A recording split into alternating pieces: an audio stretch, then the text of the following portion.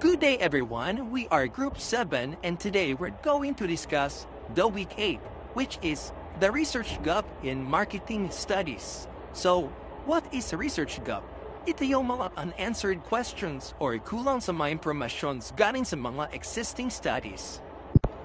Ibig sabihin ito yung mga parte na hindi pa napag-aralan o kailangan pa na mas malalim na understanding. Sa marketing research, napakahalaga nito dahil nakakatulong ito para sa mga researchers and para sa mga businesses upang makahanap sila ng mga bagong topics or gumawa sila ng mga bagong insights na makaka-help or makasupport sa mga decisions making. So in simple terms, para itong missing puzzle piece sa knowledge which is kapag gagawa tayo ng research. In research natin yung ang pupuno or magkukontinue sa hindi nila na-discuss or sa mga questions na hindi pa nasagot. So, yun yung mga pagtutunan natin ng pansin kapag tayo ay kakawa na research.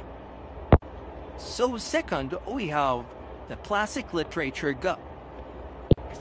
Ito naman ay nangyayari kapag isang topic ay bihira lang or halos hindi pa napag-aralan. Karaniwan ito nakikita sa mga bago or emerging fields na kung saan konti pa lamang ang mga literatures nito or mga studies. In simple word, it is a missing or less explored topic in existing studies. Like for example, TikTok's impacts on marketing strategies. So, konti pa lang ang mga topic na ganito, hindi pa masyado napag-aralan or mas kailangan pa siya ng deep understanding. So what is the disagreement gap? So disagreement gap refers to the difference or lack of agreement among researchers or studies about a certain topic or issues.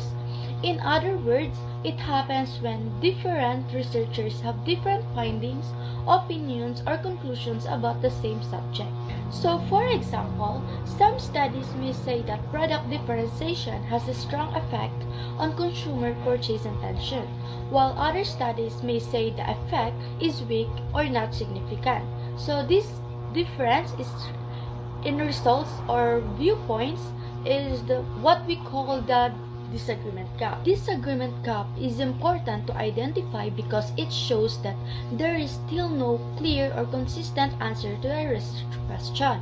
When there is a research gap, it gives researchers a reason to study the topic again to clarify which side is more accurate or reliable. Next is the contextual gap. Contextual gap happens when a topic has already been studied, but not in a specific place, group, or situation. Like mahitabo lang siya pag ang isa ka topic is napag-aralan na, pero wala pa sa isa ka particular na lugar, grupo, o sitwasyon. Meaning, naikulang na konteksto. Maaring iba ang lugar, edad, panahon, o uri ng tao na hindi pa nasusuri. It means kulang pa ang information.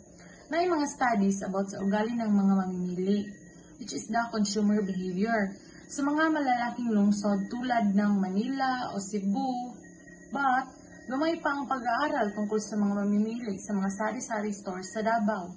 So it means, hindi pa napag-aaralan ng mabuti kung paano nagdidesisyon ang mga mamimili. Ang ganitong kakulangan ng impormasyon ay tinatawag na contextual gap. Sa paggawa ng pag-aaral tungkol dito, mapupunan mo ang kulang na kaalaman sa lugar na iyon at makahatag ka og bag-o na pananaw na makakatulong sa lokal na komunidad ug sa mga laing-laing negosyo.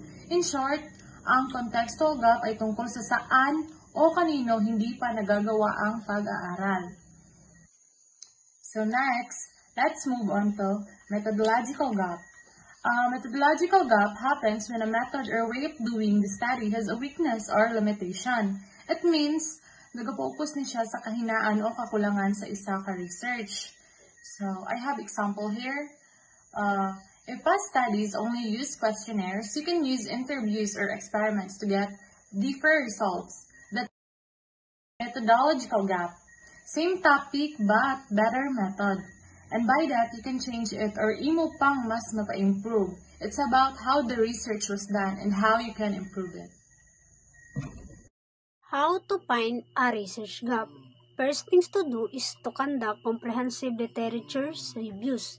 So we read recent and relevant studies from databases like Google Scholar, EBSCO, and many more. So when we are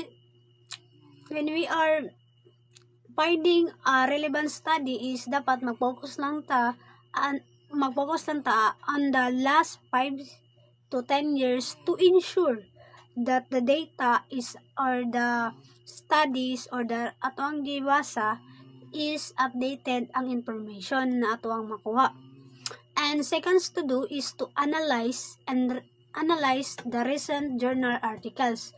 So DRIA is mag-focus ta on what has already been studied and what result we are found. So identify implicants. Third to do is identify implicant calls for further research.